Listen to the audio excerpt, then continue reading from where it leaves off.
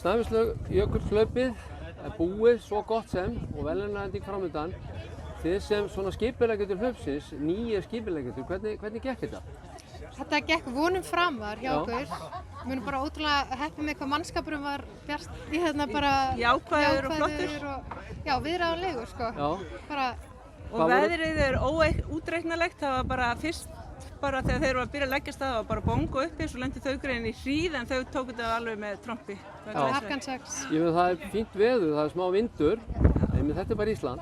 Þetta er svona óútreiknanlegt bara. Og hverjum langar ekki hríð í júní, þetta er bara geggjað. Það var svo leiðis. Flott að klára þetta. Þetta voru 300 skráðir, rúmlega það, en það var eitthvað afföll, eða ekki? Jú, það var eitthvað afföll, 45 kannski út af veðri eða vindaspá en svo bara rættist úr sig. Og í rauninni framkvæmdin öll þannig sé bara gengið vel og allir ánægðir og glaðir?